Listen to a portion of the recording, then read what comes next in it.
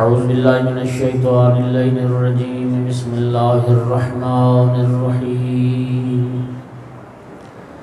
الحمدللہ رب العالمین والعاقبۃ للمتقین والجنۃ للمؤمنین والنار للمنافقین الحمدللہ الذی جعلنا من المتمسکین ولایت علی ابن ابی طالب و اولادہ المعصومین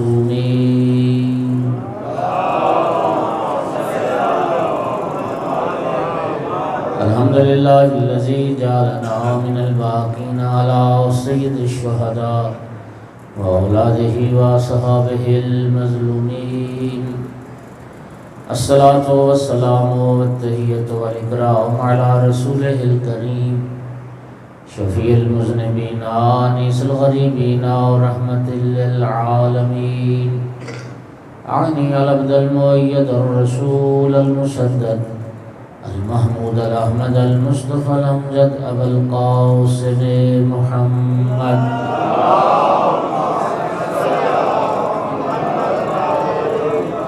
ثم الصلاة والسلام والتحیۃ والاکرام علی آلہ الطیبین الطاہرین المعصومین المنتجبین المنتخبین المظلومین واللعنۃ الدائمۃ علی اعدائہم ملعونین من یوم عداوتہم الی قیام یوم الدین وبعد یوم الدین اما بعد فقال سبحانہ وتعالی فی کتابہ المجید بسم اللہ الرحمن الرحیم ان الدین عند اللہ الاسلام صلوات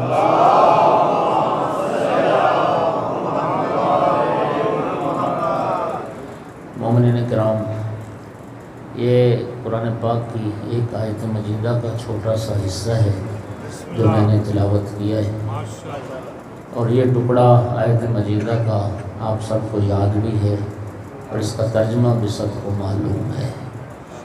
اللہ رب العزت فرماتا ہے ان الدین عند اللہ الاسلام۔ ایک صلوات پڑھیے ذرا سارے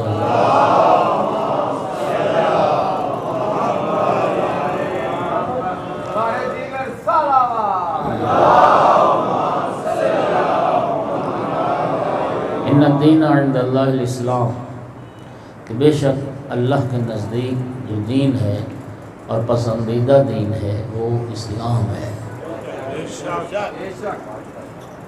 اسی قرآن مجید میں دوسرے مقام پر ارشاد فرماتا ہے وَمَن يَبْتَغِ غَيْرَ الْإِسْلَامِ دِينًا فَلَن يُقْبَلَ مِنْهُ وَهُوَ فِي الْآخِرَةِ مِنَ الْخَاسِرِينَ۔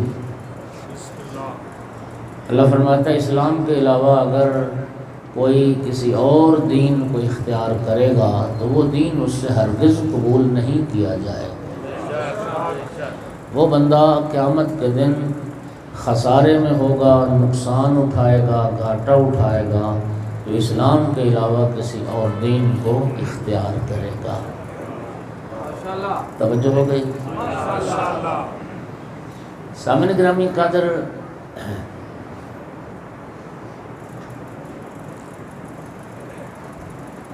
دیندار ہونا اور بات ہے، دین شناس ہونا اور بات ہے۔ ہم دو باتوں میں فرق نہیں کر سکے اور ابھی تک نہیں کر سکے۔ دینداری اور شے ہے، دین شناسی اور شے۔ میں مثال سے واضح کرتا ہوں تاکہ بچے بھی سمجھیں۔ آج کسی غیر مسلم کو، ایک کافر کو، ایک ہندو کو آپ کلمہ پڑھا کے مسلمان کر لیتے، جب وہ اقرار شہادتین کر لے گا تو اسلام میں داخل ہو جائے گا، مسلمان ہو جائے گا۔ اور آپ جانتے ہیں کہ ہمارے معاشرے میں نو مسلم کو دیندار ہی کہا جاتا ہے کہ فلانا جو ہے وہ دیندار ہو گیا ہے، یعنی پہلے والا اس نے باطل جو مذہب تھا وہ چھوڑ دیا، اب دین اسلام کو قبول کر لیا، اب کہتے ہیں دیندار۔ شرفا میرا آپ سے سوال یہ ہے کہ جو ہندو ایک مسیحی آج کلمہ پڑھ کے اسلام میں داخل ہوا، کیا کلمہ پڑھ لینے سے اصول دین، فروع دین، اخلاقیات، ان چیزوں کا عالم بھی ہو گیا؟ اللہ آپ کی رضائے خیر دے۔ آپ کا جواب ٹھیک ہے میرے بھائی، آپ نے بالکل ٹھیک کہا۔ کلمہ صرف کفر اور شرک کی نجاست کو دور کرتا ہے، کلمہ جہالت کو دور نہیں کرتا۔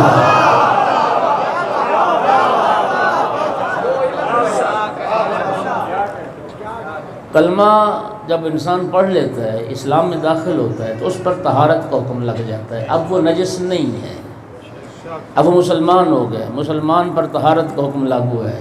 کلمہ صرف کفر اور شرک کی نجاست کو دور کرتا ہے، کلمہ پڑھنے سے میرا بھائی جہالت دور نہیں ہوتی۔ اگر کلمہ پڑھنے سے جہالت دور ہوتی تو پھر کوئی کلمہ گو جاہل نہ ہوتا، پھر کوئی کلمہ گو جاہل۔ اور زمینی حقائق کیا ہیں؟ زمینی حقائق یہ ہیں کہ سب سے زیادہ جو عالمی اعداد و شمار ہوتے ہیں ان میں سب سے زیادہ جاہل مسلمانوں کو قرار دیا گیا ہے کہ سب سے جاہل ترین قوم وہ مسلمان ہیں۔ یہودی کہاں چلے گئے، مسیح کہاں چلے گئے؟ صرف دین کے علم کی بات نہیں کر رہا، مطلقاً ٹیکنالوجی میں نوبل، یہ جو نوبل پرائز ہوتے ہیں وہ مسلمانوں، کتنے مسلمانوں نے لیے اور کتنے یہودیوں اور عیسائیوں نے لیے؟ آپ تو سب سے ان کے پاس ہے، یہ تو 5 تھے ان کے پاس۔ وہ کہتے ہیں کہ وہ ایک وہ ڈاکٹر عبدالسلام کو ملا نوبل پرائز، اور عبدالسلام کو وہ مسلمان سمجھتے ہیں، آپ قادیانی مسلمان ہی نہیں سمجھتے۔ اللہ اللہ خیر سے۔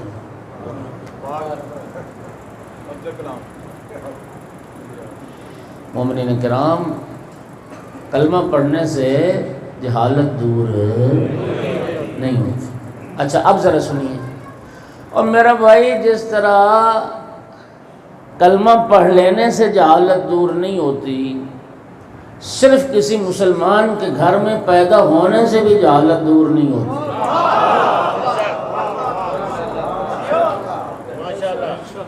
مختلف شعبہ حیات سے وابستہ افراد بیٹھے ہیں، کوئی ڈاکٹر ہوگا، کوئی وکیل ہوگا، کوئی انجینئر ہوگا، کوئی زمیندار ہوگا، کوئی کسی کاروبار سے وابستہ۔ ایمان سے بتائیں، دنیا میں جتنے علوم و فنون ہیں یہ سیکھے بغیر آتے ہیں؟ بولو، دنیا کا کوئی علم و ہنر سیکھے بغیر؟ تو میرے بھائی، جب دنیا کا کوئی علم و ہنر سیکھے بغیر نہیں آتا، یہ ڈاکٹر بغیر پڑھے لکھے بنتے ہیں؟ یہ سائنسدان بغیر پڑھے لکھے بنتے ہیں؟ بولو، انجینئر بغیر پڑھے لکھے بنتے ہیں؟ میرا بھائی، جب دنیا کا کوئی علم و ہنر سیکھے بغیر نہیں آتا تو پھر دین بھی سیکھے بغیر نہیں آتا۔ دین بھی سیکھنا پڑتا ہے، دین کے لیے بھی وقت نکالنا پڑتا ہے۔ توجہ کیجئے، امام محمد باقر علیہ السلام نے ارشاد فرمایا، اذا ان اللہ یعطی الدنیا من یحب و یبغض ولا یعطی دینہ الا من یحب۔ یہ پانچویں امام کی حدیث۔ امام فرماتے ہیں اللہ دنیا اپنے دوستوں کو بھی دیتا ہے، دنیا اپنے دشمنوں کو بھی دیتا ہے، لیکن اللہ دین صرف اپنے دوستوں کو عطا کرتا ہے۔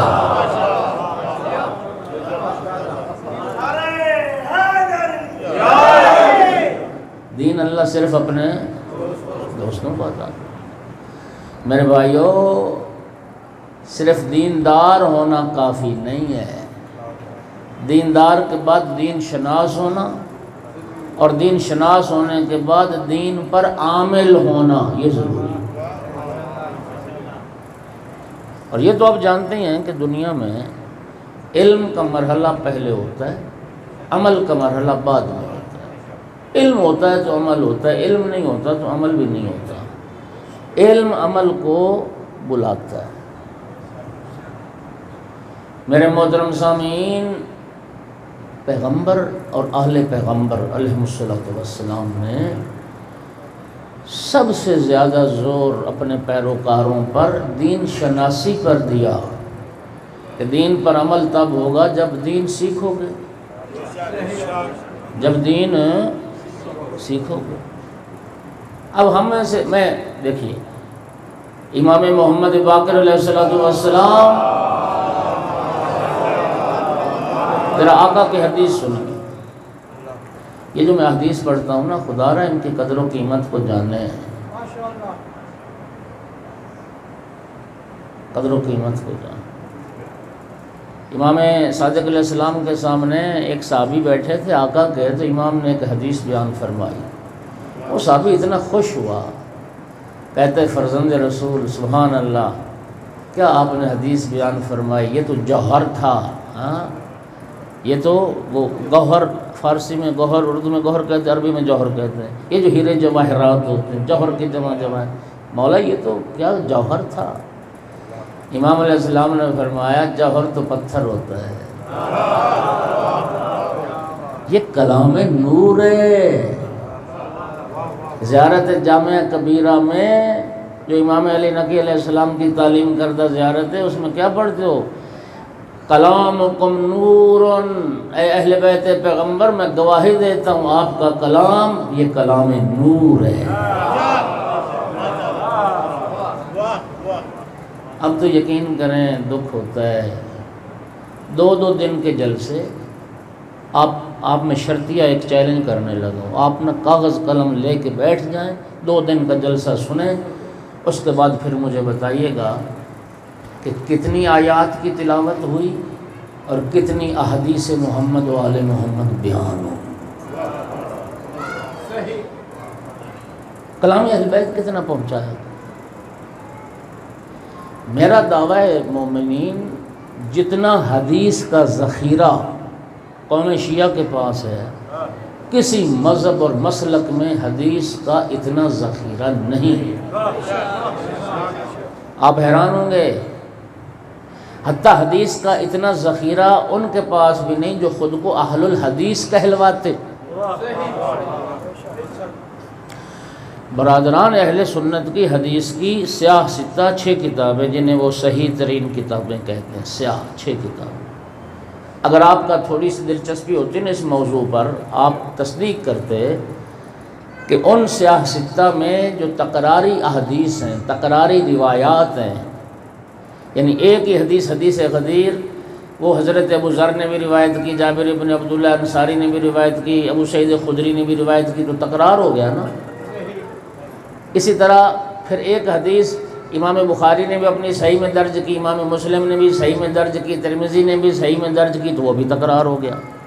علماء محققین کہتے ہیں کہ اگر تکراری روایات ان کی کتب احادیث سے نکال دی جائیں تو ان کی ساری حدیث کا مجموعہ ہماری کافی شریف جتنا بھی نہیں بنتا، جبکہ الحمدللہ ہمارے پاس اہل تشیع کے پاس حدیث کا سب سے بڑا ذخیرہ اور سب سے بڑا خزانہ ہے۔ توجہ، دلیل کیا وجہ ہے کہ باقی مسلمانوں کے پاس حدیث بہت تھوڑی ہے، اور الحمدللہ ہمارے پاس حدیث کا بہت بڑا خزانہ۔ اس کی بنیادی وجہ یہ ہے سارے مسلمان ایک محمد کے کلام کو حدیث سمجھتے ہیں، ہم 14 کے کلام کو حدیث سمجھتے ہیں۔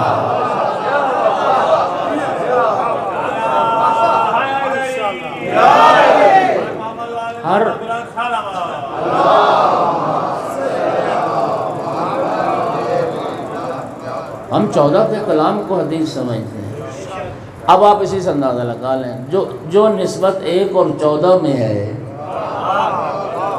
وہی نسبت اس ذخیرہ حدیث میں ہے جو ان کے پاس ہے اور جو ہمارے پاس ہے۔ ہمارے ہاں تو تدوین حدیث کے ادوار گزرے ہیں، لیکن بات پھر وہی ہے کہ ہمارے لوگوں تک کلام کتنا پہنچا ہے۔ امام رضا علیہ السلام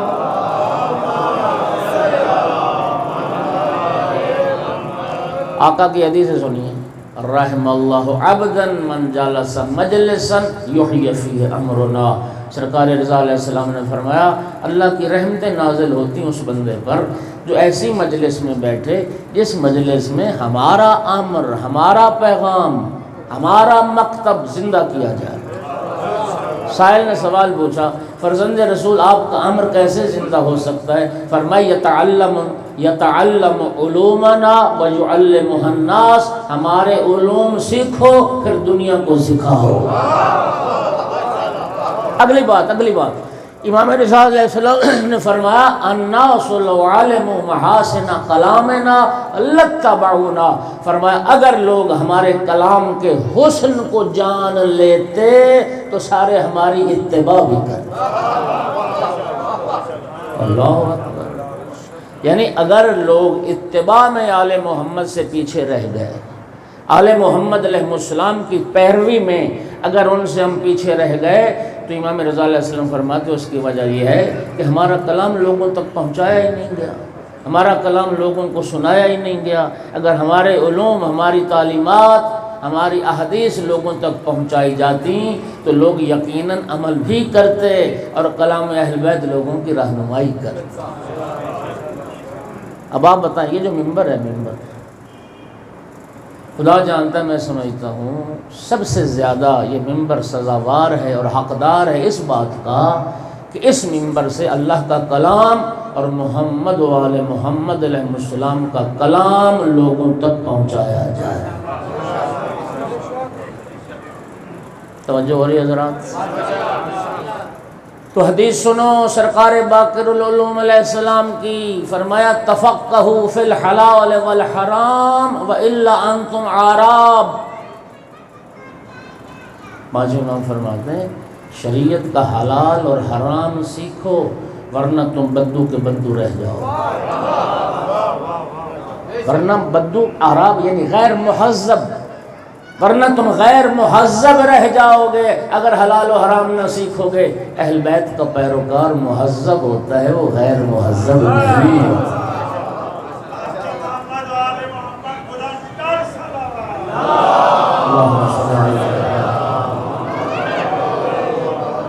توجہ ہے؟ نبی کریم صلی اللہ علیہ، اچھا سنیے، امام جعفر صادق علیہ السلام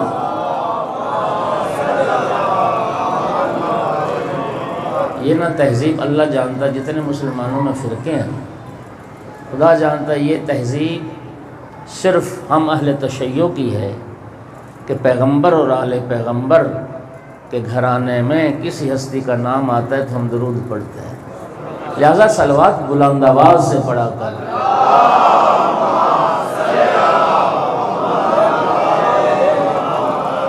توجہ ہے؟ ایک طبقہ تو درود پڑھتا ہی نہیں، اور بہت سارے آپ مسلمانوں نے، آپ ٹی وی پہ بھی سنتے ہیں، وہ جس طرح یہ واٹس ایپ والوں نے ایک شارٹ کٹ زبان نہیں نکالی، انہوں نے درود بھی ایسا ایک نکالا صلی اللہ علیہ وسلم، لا حول ولا قوت الا باللہ۔ ایک طبقہ تو پڑھتا ہی نہیں، اور ایک طبقہ جو پڑھتا ہے وہ درود پڑھتا ہے جس درود کے پڑھنے سے خود رسول اللہ نے منع کیا۔ اگر اہل سنت کی حدیث کی کتابوں میں یہ حدیث نہ ہو تو میں مجرم ہوں۔ نبی کریم نے فرمایا تھا جب آیت صلوات نازل ہوئی، ان اللہ و ملائکتہ یصلون علی النبی یا ایھا الذین آمنوا صلوا علیہ وسلموا تسلیما۔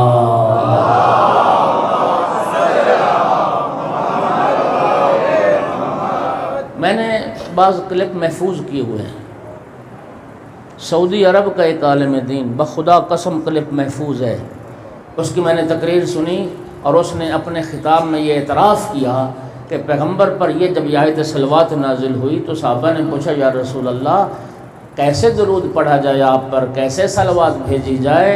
تو انہوں نے یہی درود جو آپ پڑھتے ہیں یہی پڑھ کے سکھایا کہ جو اہل تشیع درود پڑھتے ہیں رسول اللہ نے اسی درود پڑھنے کا حکم دیا ہے۔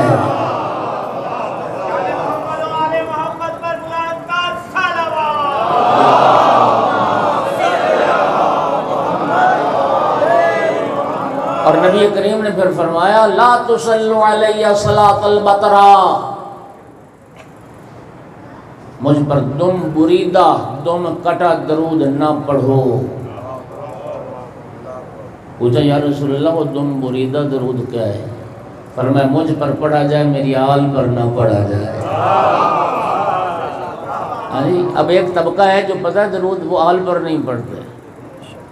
ہاں جی، وہ صلو علی الحبیب صلی اللہ علیہ وسلم۔ او بھائی یہ درود تو خدا کے رسول کو پسند نہیں۔ سرکار فرماتے ہیں جب مجھ پر درود پڑھو تو میرے ساتھ میری آل پر بھی درود پڑھو۔ وہ درود رسول اللہ کو بھی قبول ہے اور وہ درود اللہ کو بھی قبول ہے۔ اور یہ جو اہل منبر آپ سے تقاضا کرتے ہیں بلند آواز سے درود پاک پڑھنے کا، یہ بھی در حقیقت سرکار دو عالم کی حدیث مبارک ہے۔ رسول اللہ نے فرمایا ارفعوا اصواتکم بالصلاۃ علیہ، فرمایا جب مجھ پر درود پڑھا کرو تو پھر اپنی آوازوں کو بلند کیا کرو۔ کیوں؟ فَإِنَّهُ يَذْهَبُ بِالنِّفَاقِ، بلند آواز سے درود پڑھنے والا منافق نہیں رہتا۔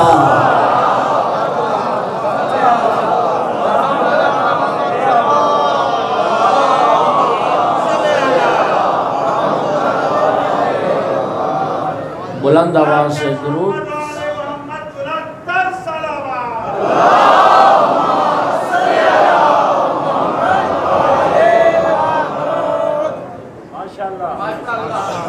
لا تصلوا علیہ الصلاۃ البطرا، دم کٹا درود نہ پڑھو۔ اللہ آپ کو جزائے خیر عطا فرمائے۔ میں عرض کر رہا تھا کہ چھٹے امام نے فرمایا الکمال کل الکمال، سنو گا جو شیعہ بیٹھو جعفری بیٹھو، الکمال کل الکمال، سب سے بڑا کمال انسان کا کیا ہے؟ بیریا ٹاؤن میں کوٹھی، کوٹ لکھپت میں فیکٹری، ہاں جی، قیمتی گاڑیاں، بینک بیلنس نہیں۔ الکمال کل الکمال التفقہ فی الدین، امام صادق علیہ السلام فرماتے ہیں انسان کا سب سے بڑا کمال یہ ہے کہ وہ دین شناس ہو جائے۔ دین شناس، دین میں بصیرت، دین کے حلال حرام کی سوجھ بوجھ، یہ انسان کا سب سے بڑا کمال۔ نبی کریم صلی اللہ علیہ وآلہ وسلم کا فرمان سن،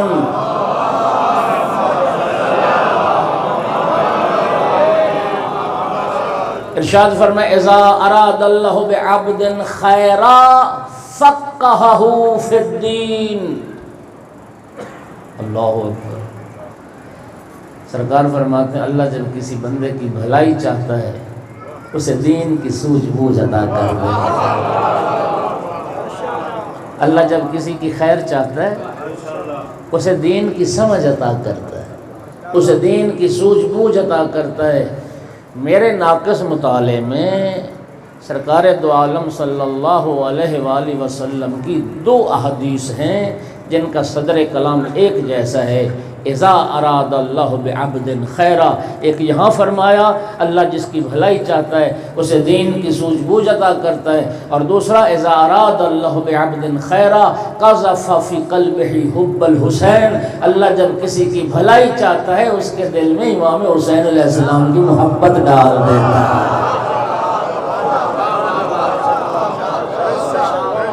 آپ کو خوش نصیب لوگ ہیں، اللہ آپ کی خیر چاہتا ہے، اللہ آپ کی بھلائی چاہتا ہے، تبھی تو اللہ نے امام حسین علیہ السلام کی محبت کے نور سے آپ کے دلوں کو منور کیا ہے۔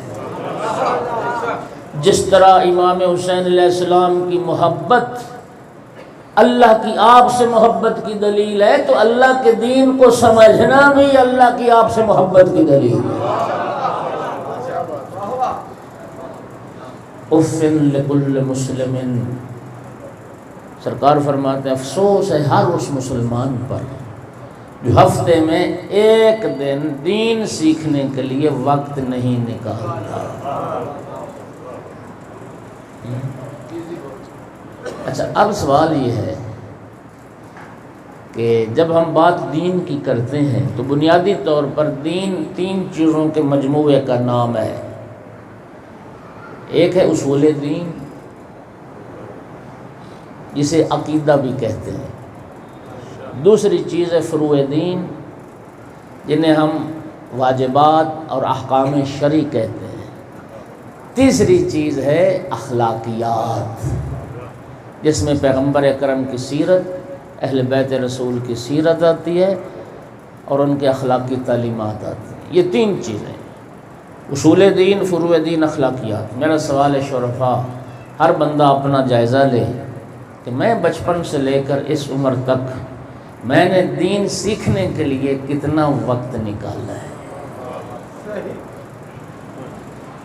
میں نے دین پراپر سیکھنے کے لیے کوئی وقت نکالا ہے؟ میں نے اصول دین سیکھے ہوں، میں نے فروع دین سیکھے ہوں، میں نے واجبات سیکھے ہوں۔ ہمارا دین، ناراض نہ ہوئیے، ہمارا دین صرف دیکھا دیکھی کا دین ہے، اور ہمارا عقیدہ بھی سنا سنایا عقیدہ ہے۔ ایسا ہے یا نہیں؟ ہمارا بچہ، پوری دنیا میں یہی ہے، جس گھر میں پیدا ہوا جو ماں باپ کا عقیدہ وہی اس کا عقیدہ، جو ماں باپ کو عمل کرتے دیکھا وہی وہ عمل۔ ایک ہندو میں گھر میں پیدا ہو وہ ہندو ہے، ایک سکھ کے گھر میں پیدا ہوا وہ سکھ ہے، ایک شیعہ کے گھر میں پیدا ہوا وہ شیعہ، ایک سنی کے گھر میں پیدا ہوا وہ سنی۔ توجہ، عقیدہ بھی وہی جو ماں باپ سے دیکھا اور عمل بھی وہی جو ماں باپ نے۔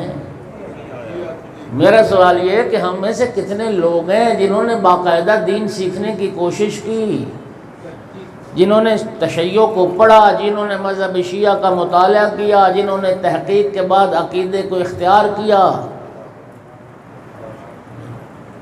یہی وجہ ہے کہ ہم بہت پیچھے رہ گئے۔ ہمارے اندر اختلافات کی وجہ بھی یہی جہالت ہے۔ یہ رسول اللہ نے فرمایا راس کل خطیہ الجہل راس کل شر والعلم راس کل خیر۔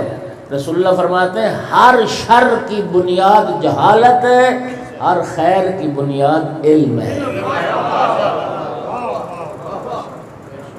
ہر خیر کی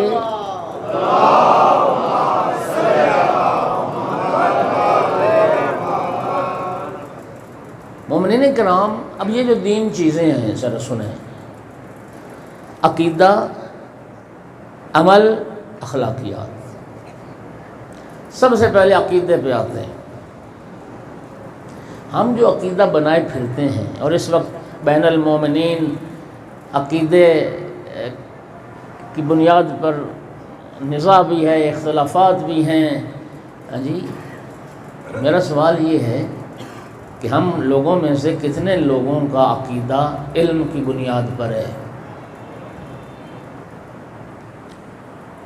ہمارے تشیع میں الحمدللہ ایک دو نہیں، بیسیوں نہیں، سینکڑوں کتابیں لکھی گئیں کہ شیعہ کا عقیدہ کیا ہوتا ہے۔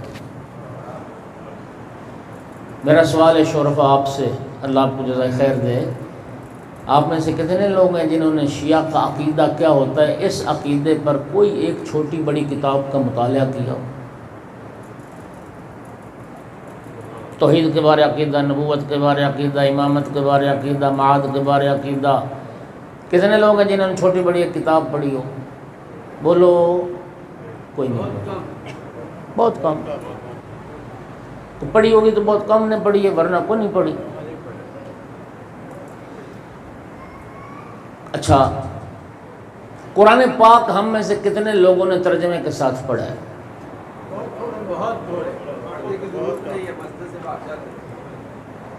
بہت تھوڑے، لیکن اس بات کی مجھے خوشی ہے کہ چلو 2-3 ہاتھ تو اٹھے ہیں، ہاں 2-3 ہاتھ اٹھے ہیں، اللہ سلامت رکھے۔ قرآن پاک ہم نے نہیں پڑھا ترجمے کے ساتھ۔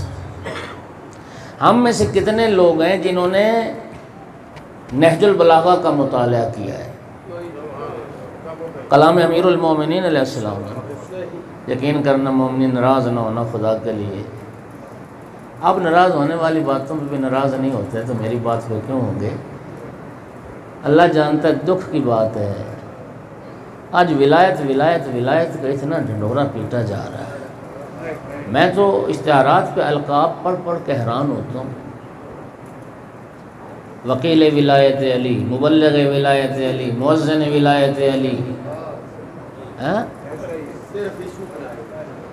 یہ لکھے ہوتے ہیں اس عنوان کے تحت۔ یہ ایسے ہی ہے، اس عنوان کے تحت نا سودا اچھا بک جاتا ہے۔ ناراض ہو گئے؟ میرا سوال یہ ہے، ولایت امیر المومنین علیہ السلام کی ولایت، جو مولا علی علیہ السلام کا کلام ہے،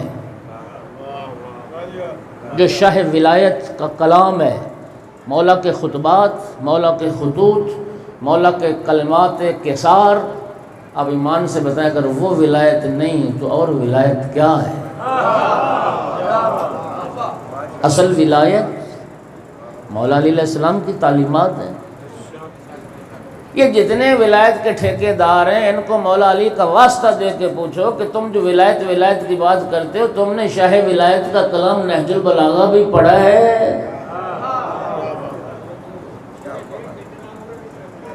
پڑھنا دور کی بات، اللہ جانتا ہے انہوں نے نا اٹھا کے دیکھا بھی نہیں ہوگا، اور انہیں یہ بھی پتہ نہیں ہوگا کہ نہج البلاغہ کس حجم اور سائز کی کتاب ہے۔ دیکھیے، خدا کی قسم کھا کے کہہ رہا ہوں، یہ میرا عقیدہ ہے، جس دن مومنین قرآن پاک ترجمے کے ساتھ پڑھ لیں گے اور نہج البلاغہ کو ترجمے کے ساتھ پڑھ لیں گے، سارے شیعوں کا عقیدہ ایک ہی ہو جائے گا، یہ غالی نصیری والی جنگ ہی ختم ہو جائے گی جس دن یہ قرآن اور نہج البلاغہ کا مطالعہ کرنا، یہ غالی مقصر والا جھگڑا ہی ختم ہو جائے گا۔ نہج البلاغہ ہم نے نہیں پڑھا، قرآن ہم نے نہیں پڑھا، اچھا حدیث کی کوئی کتاب، ہماری جو کتب اربع حدیث کی ہیں ان میں کوئی کتاب پڑھی، وہ بھی نہیں پڑھی، تو اب بتائیے کہ پھر میں جو عقیدہ لیے پھرتا ہوں، میرے عقیدے کی اساس کیا ہے اور بنیاد کیا ہے؟ آج کل نا مجالس میں ایک اور ڈائیلاگ بڑا بولا جاتا ہے، تو کہتے ہیں جی مجلس میں بندہ نہیں بولتا، عقیدہ بولتا ہے۔ یہ سنا ہے آپ نے کبھی؟ کہتے ہیں مجلس میں بندہ نہیں بولتا، عقیدہ بولتا ہے۔ اچھا، یا ایک اور جملہ کہتے ہیں، وہ جی میری ہر بندے نال گل نہیں، میری عقیدے والے نال گل ہے۔ اور میرے بھائی دنیا میں ہر انسان ہی عقیدے والا ہے، کوئی ایک بشر آپ کائنات میں نہیں دکھا سکتا جس کا کوئی عقیدہ نہ ہو۔ جو تمہیں واجب القتل سمجھتے ہیں یہ بھی ان کا عقیدہ ہے۔ ہندوازم عقیدہ، سکھ ازم عقیدہ، یہودیت عقیدہ، مسیحیت عقیدہ، تشیع ایک عقیدہ، وہابیت ایک عقیدہ۔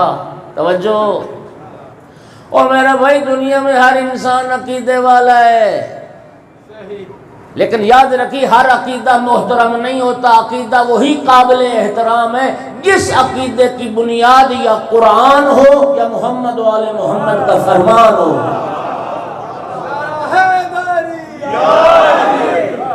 جو عقیدہ قرآن کے خلاف ہو، ایمان سے بتائیں اس عقیدے کی کیا حیثیت ہے؟ جو عقیدہ قرآن کے خلاف ہے، جو محمد و آل محمد علیہ السلام کی تعلیمات کے خلاف ہے، وہ عقیدہ بھی جائے جہنم میں، عقیدے والا بھی جائے جہنم۔ ٹھیک ہے نا؟ عقیدہ تو وہ محترم اور قابل احترام ہے جس کی بنیاد قرآن پر ہو۔ انی تارک فیکم الثقلین کتاب اللہ و عطرت اہل بیتی، جس عقیدے کی بنیاد قرآن اور عطرت اہل بیت کی تعلیمات پر ہو وہ عقیدہ محترم ہے۔ اچھا، اب سوال یہ ہے، اگلی بات سنو، گھبرا تو نہیں نہ رہے، میں آپ کی توجہ کا طالب ہوں۔ میں پڑھنا کچھ اور چاہتا تھا، بس جی یہ محبت ہے، یہ خدا کی قسم، جس طرح آپ لوگوں چاہت کر رہے ہیں نا، جس دن سب لوگ یہ چاہت کریں گے نا کہ ہماری اصلاح ہو، آپ دیکھیں گے کہ ہماری مجلسوں کا رنگ ہی بدل جائے۔ جی جی دیکھیے، اب قرآن ہم نے نہیں پڑھا، نہج البلاغہ کا مطالعہ نہیں، حدیث ہم نے نہیں پڑھی، تو ہمارے عقیدے کی بنیاد کیا ہے؟ میں اس وقت جو عقیدہ میرا ہے، آپ کا جو عقیدہ ہے، اس کی بنیاد کیا ہے؟ توجہ، 2 4 5 بنیادیں ہیں معاشرے میں عقیدے کی غالباً وہی ہوتا ہے جو میں پہلے کہہ چکا ہوں، جو ماں باپ کا عقیدہ ہوتا ہے اولاد کا بھی وہی عقیدہ ہوتا ہے۔ ایسا ہی ہے، ایسا ہی 90%، 80% ایسا ہی ہوتا ہے۔ کچھ مثالیں آپ کو ایسی بھی ملیں گی، استاد جو ہوتا ہے نا، استاد وہ بھی شاگرد کے عقیدے پر اثر انداز ہو جاتا ہے۔ بعض شاگرد جو ہوتے ہیں وہ استاد کے عقیدے کو، استاد اپنے شاگرد کو اپنا ہم نوا بنا لیتا ہے جی، وہ بھی شاگرد وہ عقیدہ اختیار کر لیتا ہے جو اس کے استاد کا ہے۔ دو چیزیں ہو گئیں، ماں باپ، استاد۔ تیسری چیز دوست۔ ایسی مثالیں بھی ملیں گی کہ ایک دوست نے دوسرے دوست کا عقیدہ تبدیل کروا دیا جی۔ آپ میرے منہ سے چھین لیں لفظ، میں آ رہا ہوں اس طرف۔ دوست بھی دوست کے عقیدے پر اثر انداز ہو جاتا ہے۔ تین چیزیں ہو گئی۔ چوتھی چیز جو بھائی فرما رہے ہیں، جو پیر اور مرشد کا عقیدہ مرید کا بھی ہوئی عقیدہ۔ ہاں،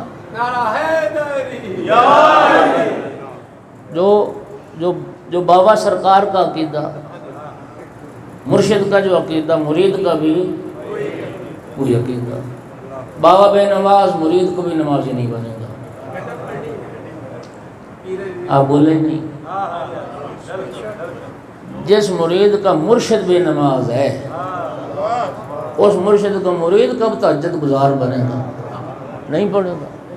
اس نے بابے کو نہیں پڑھتے دیکھا تو جو بابا کرے گا مرید وہی کرے گا، جو عقیدہ بابے کا وہی۔ میرا ساتھ تو دو یار، ایسا ہے۔ 5 چیزیں ہو گئی، اور چھٹی چیز عقیدے میں، چھٹی چیز وہ ہمارا ممبر ہے۔ جو کچھ ممبر سے بیان ہوا، سننے والوں نے اسی کو عقیدہ بنا لیا۔ یہ تحقیق نہ کی جو بیان کرنے والا ہے اس کا مبلغ علمی کیا ہے، وہ کوئی ڈگری والا ہے، کوئی پڑھا لکھا ہے، اس کا اپنا مطالعہ علم کتنا ہے۔ اب خدا کے لیے ذرا سنیے، یہ جو 5-6 چیزیں میں نے بیان کی، کہیں قرآن و حدیث میں ان کے بارے میں یہ بتایا گیا کہ یہ چیزیں عقیدے کی بنیاد ہیں؟ جو ماں باپ کا عقیدہ وہ ٹھیک ہے، جو استاد کا وہ ٹھیک ہے، جو دوست کا وہ ٹھیک ہے، جو مرشد کا وہ ٹھیک ہے، اور جو کچھ ممبر سے سنے وہ ٹھیک ہے، ایسا کہیں کہا نبی پاک نے یا آل نبی نے؟ نہیں کہا نا۔ عقیدے کی بنیاد، پھر وہی بات کر رہا ہوں، عقیدہ وہی ٹھیک ہوگا، عقیدے کی بنیاد جب قرآن بنے گی اور محمد و آل محمد علیہ السلام کی جب تعلیمات بنیں گی، وہ عقیدہ ٹھیک ہوگا۔ یہ چیزیں، یہ عقیدے کی بنیاد۔ بات سمجھے ہو؟ اچھا، اللہ آپ کو جزائے خیر دے۔ اب ذرا اگلی بات سن، ٹائم بھی گزر جاتا ہے، میں مغرب سے پہلے آتا ہوں۔ ہمارے بانیان بھی کہتے ہیں جی آج آپ کو جلدی بٹھائیں گے، وہ 5 منٹ اور لیٹ ہوتا ہے، جلدی والی کوئی صورت نظر آتی نہیں۔ تو تھوڑا سا آپ کی محبت ہے اگر جلدی تشریف لے آئیں، کیونکہ آپ بھی ظاہر ہے کام کاج بھی کرنا، آرام بھی کرنا۔ اچھا اب سنیے، آپ نے ایک نام سنا، یہ جو میں روایت اب عرض کرنے لگا ہوں، یہ شیخ المحدثین شیخ صدوق رضوان اللہ تعالی علیہ نے اپنی کتاب میں ذکر کی۔ شیخ صدوق بہت بڑا محدث ہے ہمارے مذہب کا، جو امام زمانہ کی دعا سے پیدا ہوئے تھے، اور امام زمانہ نے خط بھیجا تھا شیخ صدوق کے والد کو، بیٹے کی مبارکبادی بھی دی اور ساتھ یہ بھی بتایا اللہ تجھے ایسا بیٹا عطا کرے گا جو اللہ کے دین کا خدمت گزار ہوگا، اللہ کے دین کا ناصر اور مددگار ہوگا۔ شیخ صدوق نے اس روایت کو ذکر کیا۔ توجہ، آپ نے نام سنا شاہ عبد العظیم حسنی، جانتے ہیں؟ سید عبد العظیم حسنی؟ نہیں، آپ بھول گئے، جانتے ہوں گے۔ تہران میں رے شہر میں جن کی قبر مبارک ہے۔ ایران زیارات کے لیے جاتے ہیں نا، 3 بڑی زیارتیں ہیں نا، مشہد میں مولا رضا علیہ السلام کی، قم میں جناب معصومہ کم صلوات اللہ علیہ، اور تہران میں رے شہر میں شاہ عبدالعظیم علیہ السلام کی۔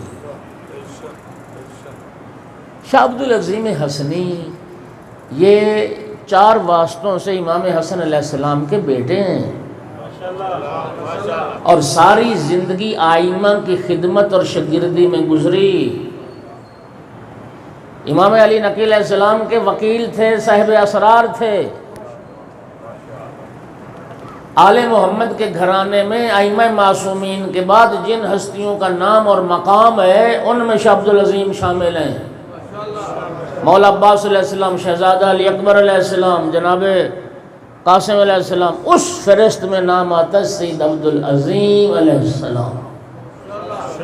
حسنی سید ہیں، امام علی نقی کے نائب بھی تھے، وکیل بھی تھے۔ ایک دن امام علی نقی علیہ السلام کی خدمت میں، اچھا ان کی عظمت اتنی ہے، آپ ابھی مفاتیح الجنان وہاں مسجد میں پڑھیے، اس میں آپ شاہ عبدالعظیم کا زیارت نامہ درج ہے۔ اب شاہ عبدالعظیم کا زیارت نامہ کھول لیں، اس زیارت نامے میں امام علی نقی علیہ السلام کی حدیث کو انہوں نے شامل کیا ہے۔ 10ویں امام نے اس سید بزرگوار کے لیے فرمایا تھا، منظار عبد العظیم برے کا منظار الحسین بکربلا۔ اللہ اکبر، جلالت، مرتبت، عظمت اتنی زیادہ۔ فرمایا جس نے رے شہر میں عبدالعظیم علیہ السلام کی قبر کی زیارت کی، گویا اس نے کربلا میں امام حسین علیہ السلام کی زیارت۔ کتنا عظیم سید ہے۔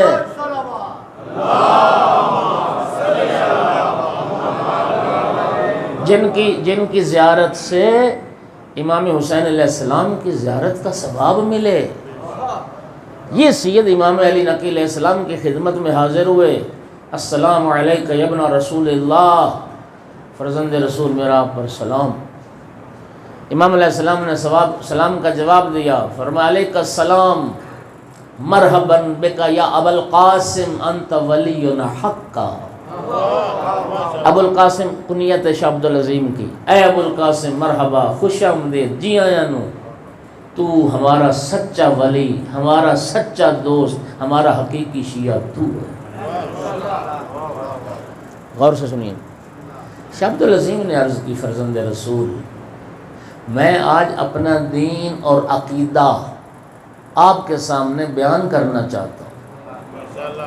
فرزند رسول میرے اس دین عقیدے میں اگر کوئی کمی بیشی ہے تو اس کی اصلاح فرما دیں۔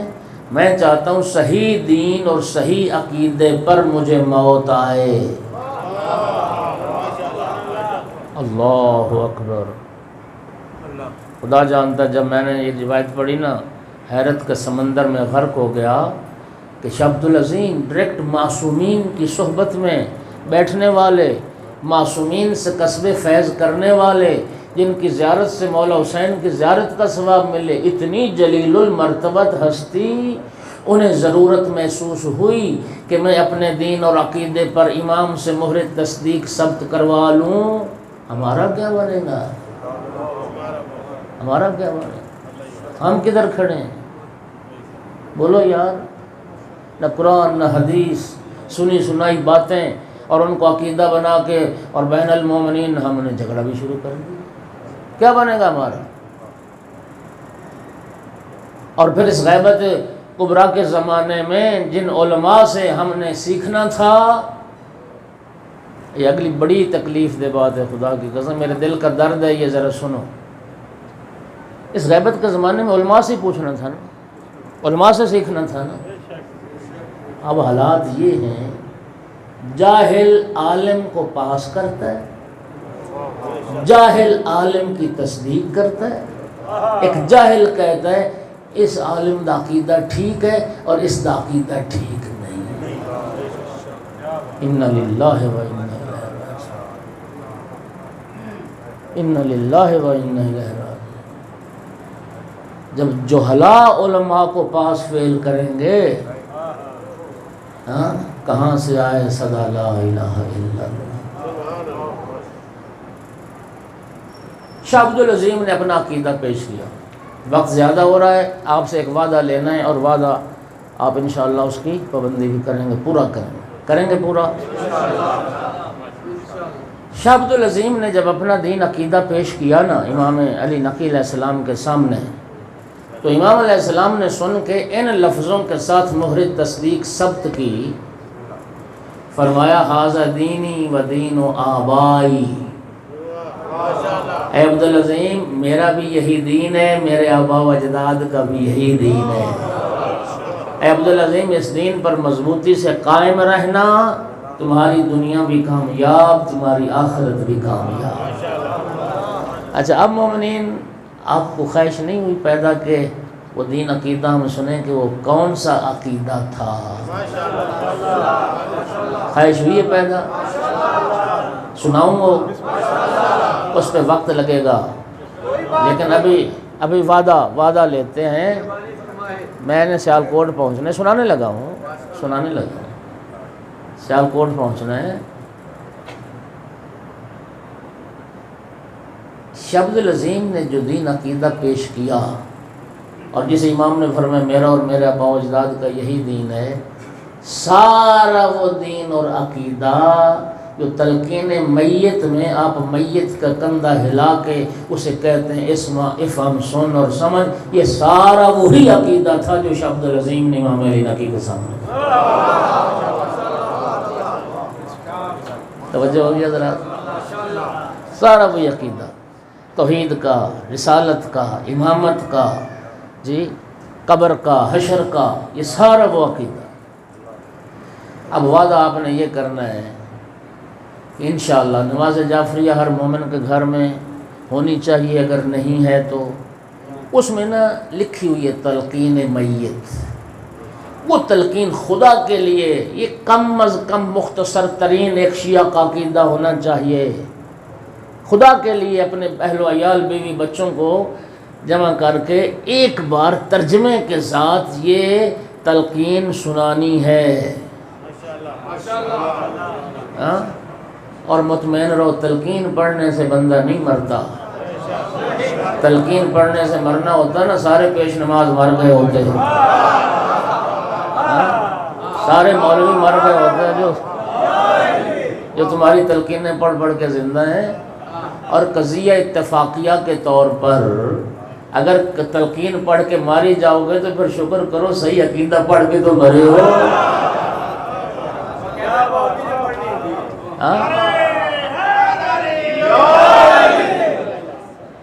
اب ہمارا المیہ دیکھیے، ولادت سے لے کے انسان کی پیدائش سے لے کے اس کے مرنے تک زندگی میں کسی نے اس کا کندھا ہلا کے نہ کہا سن اور سمجھ یہ تیرا عقیدہ ہونا چاہیے. جب مر گیا اب اس کو قبر میں لٹا کے کندھا ہلا کے کہہ رہے ہیں سن اور سمجھ. خاک سنے خاک سمجھے. اور خدا کے لیے میں جس زاویے سے بات کر رہا ہوں اسی زاویے سے لینے کی کوشش کرو. میری اس بات کا یہ مطلب نہیں ہے کہ میت سنتا نہیں، میت سنتا ہے. جب جنگ بدر کا اختتام ہوا نا، نبی پاک نے حکم دیا کہ جتنے مشرکین اور کفار کی لاشیں ہیں چاہے بدر میں ڈال دو. ان کی لاشیں کافروں کی رسول اللہ نے اس کنویں میں پھینکوا دی. اب کنویں کے کنارے رسول اللہ آئے اور فرمایا او مشرکین مکہ، میرے رب نے جو مجھ سے وعدہ کیا تھا میں نے اس وعدے کو سچا پایا. اب بتاؤ تم نے بھی میرے رب کے وعدے کو سچا پایا؟ صحابہ کرام حیران ہو گئے، یا رسول اللہ یہ لاشیں سن رہی ہیں، خدا کی قسم لفظوں کا ذمہ دار. اور رسول اللہ نے فرمایا تم زندوں سے بھی بہتر سن رہے ہیں، تم زندہ افراد سے بھی بہتر سن رہے ہیں، لیکن جواب دینے پر قادر نہیں. جواب دینے پر قادر نہیں. میت سنتا ہے، کافر کی میت تو تب بھی سنتا ہے. جناب فاطمہ بنت اسد سلام اللہ علیہ کو اگلی روایت سنیں، جب دفن کیا رسول اللہ نے، ساری روایت نہیں حصہ اپنا اتنا سنا، تو نبی کریم نے جب تعویذ قبر بند کیا یوں دونوں ہاتھوں سے بی بی کی اپنی ماں کی قبر پر مٹی ڈال رہے تھے رسول اللہ، اور مٹی ڈالتے ہوئے فرما رہے تھے ابنوں کے ابنوں کے ابنوں کے۔ صحابہ نے پوچھا یا رسول اللہ یہ کیا فرما رہے ہیں؟ فرمایا فرشتے میری ماں سے پوچھ رہے ہیں تیرا امام کون ہے؟ فرشتے میری ماں سے سوال کر رہے ہیں تیرا امام کون ہے؟ اور میں کہہ رہا ہوں اماں شرم نہ کریں، کہہ دیں آپ کا بیٹا ہی تو آپ کا امام ہے، آپ کا بیٹا ہی تو آپ کا امام ہے۔ اور میرا بھائی اس سوال کا جواب مولا علی کی ماں سے بھی لیا گیا، کسی اور ماں کا بیٹا کیسے جواب دینے سے چھوٹے گا؟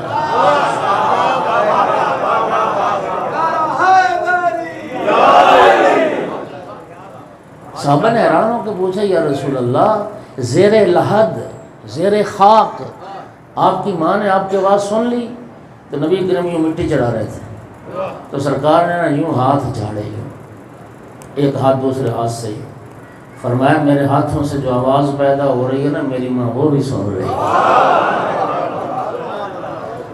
اور میرا بھائی میت سنتا ہے، میری عرض کرنے کا مقصد تو صرف اتنا تھا، جو سننے سمجھنے کا زمانہ تھا اس زندگی میں کسی نے کندھا ہلا کے نہ کہا بھائی سن سمجھ یہ تیرا عقیدہ ہونا چاہیے، ایک محب اہل بیت اور ایک شیعہ امیر المومنین کا، اب جب مر گیا تو کندھا ہلا کے کہہ رہے سن اور سمجھ، خاک سنے اور خاک سمجھے۔ یاد رکھنا تلقین ایک تذکر ہے، تلقین ایک نصیحت ہے، تلقین کا فائدہ اسی کو ہوگا جس نے اس عقیدے کے مطابق زندگی گزاری ہے۔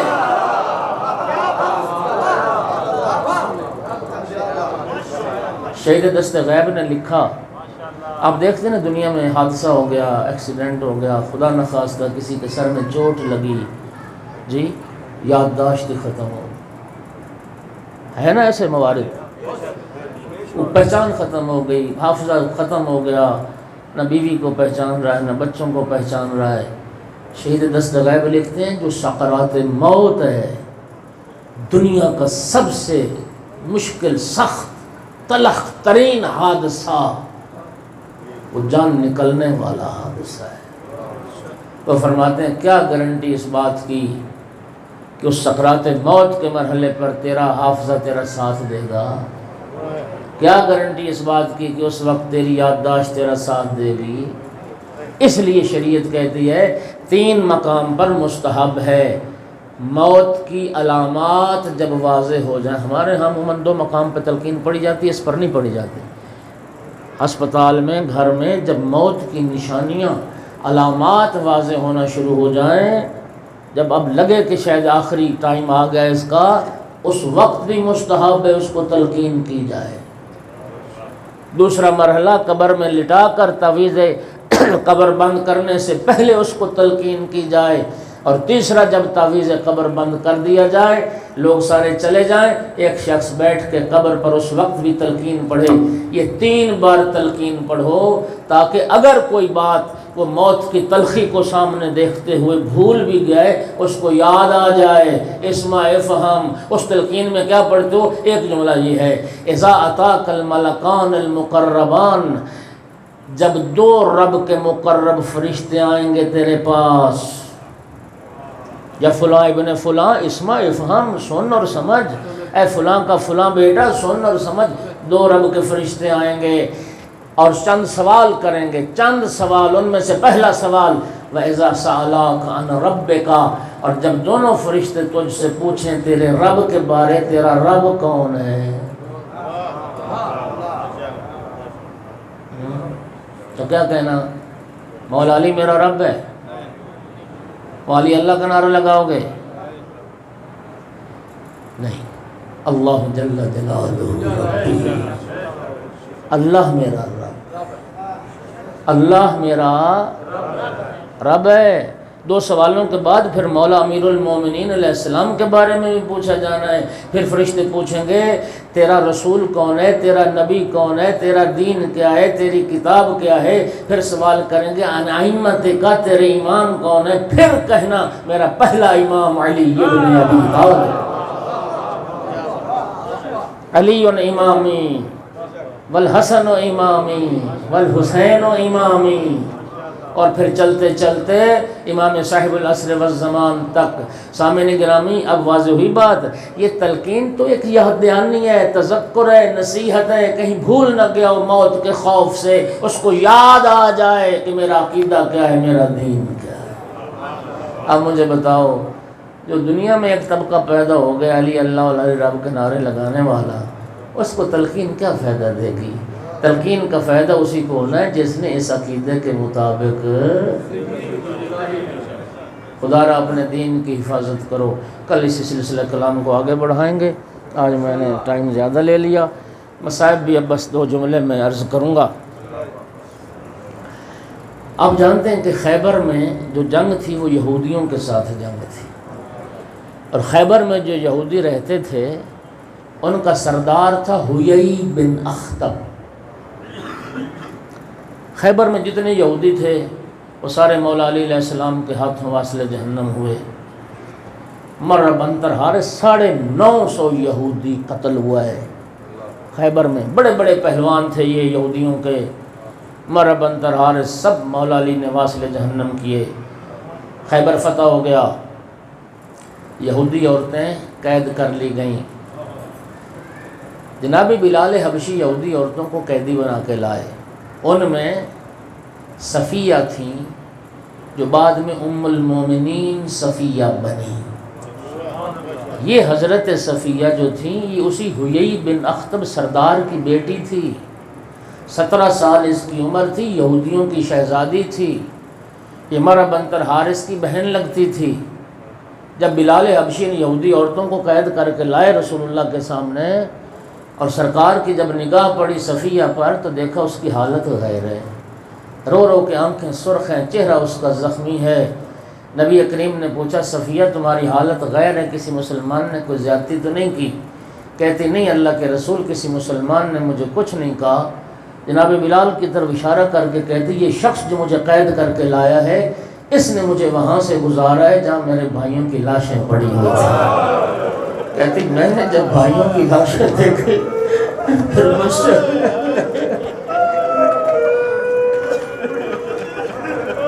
یہ شخص جو مجھے قید کر اس نے مجھے وہاں سے گزارا جہاں میرے بھائیوں کی لاشیں پڑی۔ میں نے جب بھائیوں کی لاشیں دیکھی پھر مجھ سے برداشت نہ ہوا، میں نے چہرے پہ ماتم کیا، میں نے گریہ کیا، میں نے چہرے کو خراشا، اس لیے یہ میری حالت ہوئی۔ سرکار دو عالم نے ناراحت ہو کر فرمایا بلال کبھی بہنوں کو بھی بھائیوں کی لاشوں پر سے گزارا نہیں؟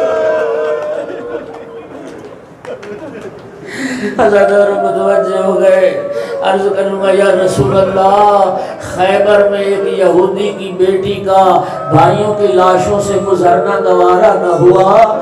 یا رسول اللہ 11 محرم کربلا میں ہوتے ہیں، یا رسول اللہ آپ کی بیٹیاں تھیں جنہیں بھائیوں کی لاشوں پر سے گزارا گیا، اور عزاداروں جب بھائی کا بے گور و کفن لاشا دیکھا میری آقا زادی نے اٹھ بیٹھنے کا انتظار نہ کیا، پھر آئیے بھائی کی لاش پر اور کھڑے ہو کے پوچھتی تھی انت اخل حسین، میرا بھائی حسین تو ہے، انت ابن ام زہرا، میری ماں زہرا کا جایا حسین تو ہے۔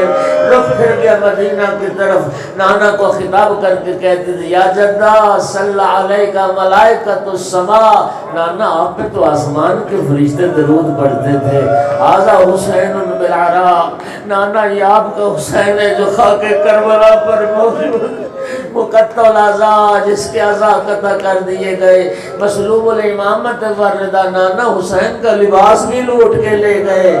پھر ایک جملہ کہا یا جدہ ذریتوں کا مقتلہ و نسلوں کا ضائع، نانا آپ کی اولاد کو قتل کر دیا گیا، آپ کی نسل کو برباد کر دیا گیا، اور پھر درد بھرا جملہ فرمایا یا جدہ بناتوں کا سبایا، نانا دیکھ تیری بیٹیوں کے ہاتھوں میں رسیاں پہنا دی گئی، تیری بیٹیوں کو قیدی بنا لیا۔ الا لعنۃ اللہ علی القوم الظالمین وسيعلم الذين ظلموا أي منقلب ينقلبون۔ کریم اللہ